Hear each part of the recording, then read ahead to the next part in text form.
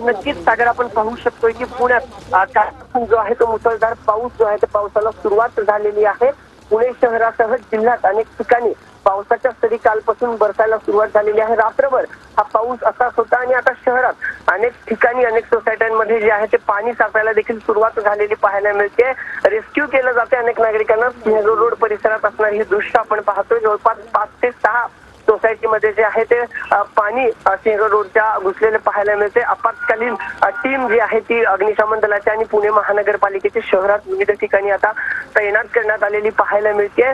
कुठलाही अनुचित प्रकार घडू नये म्हणून प्रशासनाकडून देखील खबरदारी जी आहे ती घेतली जाते। आज पुणे जिल्ह्यासह शहराला रेड अलर्ट जो आहे तो जारी करण्यात आलेला आहे आणि त्या अनुषंगाने प्रशासनाची तयारी आहे। शाळांना देखील पुणे असेल, पिंपरी चिंचवड शहर असेल किंवा पुणे जिल्हा असेल या तिन्ही ठिकाणी शाळांना देखील सुट्टी देण्यात आलेली आहे। दुसरं, खडकवासला धरण क्षेत्रातील सर्व धरणं आता जवळपास 100% भरलेली पाहायला मिळते आणि खडकवासला धरण हे देखील 100%च्या वर भरलेलं आहे। जवळपास 22,000 क्युसेक पाण्याचा विसर्ग आता खडकवासला धरणातून करण्यात आलेला आहे आणि मुठा नदी पात्रात देखील आता पाणी यायला सुरुवात झालेली आहे। त्यामुळे बाबा भिडे पूल हा आता वाहतुकीसाठी पूर्णपणे बंद करण्यात आलेला आहे आणि दिक्कत परिसरातला जो नदी पात्राचा रस्ता आहे तो देखील पुणे पोलिसांकडून बॅरिगेटिंग करत वाहतुकीसाठी पूर्णपणे बंद करण्यात आलेला आहे। कुठलाही अनुचित प्रकार घडू नये म्हणून काल 6 नंतर या बाबा भिडे पुलावरची वाहतूक बंद करण्यात आली होती आणि आता बाबा भिडे पुलाला देखील पाणी आलेलं पाहायला मिळते। खरं तर आज पुणे जिल्ह्यासह शहराला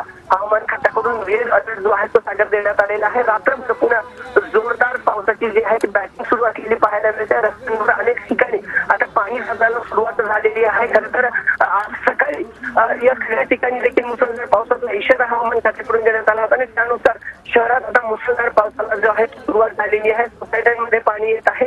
अनेक ठिकाणी नागरिक अडकून पडण्याची भीती देखील जो आहे तो प्रशासनाकडून वर्तवण्यात येते। प्रशासनाकडून जो अलर्ट जारी करण्यात आला त्या पार्श्वभूमीवर शहरांमध्ये विविध ठिकाणी जे आहेत ते आता जे रेस्क्यू टीम असेल किंवा इतर प्रशासनाची माणसं असतील ती आता तैनात करण्यात आलेली आहेत आणि प्रशासनाकडून सामान्य बाहेर पडू नका असा आदेश देखील जिल्हाधिकाऱ्यांनी दिलेला पाहायला मिळतोय। सागर, नक्कीच अभिजित, तुम्ही आपल्या सोबत राहाच। ही काही दृश्य आपण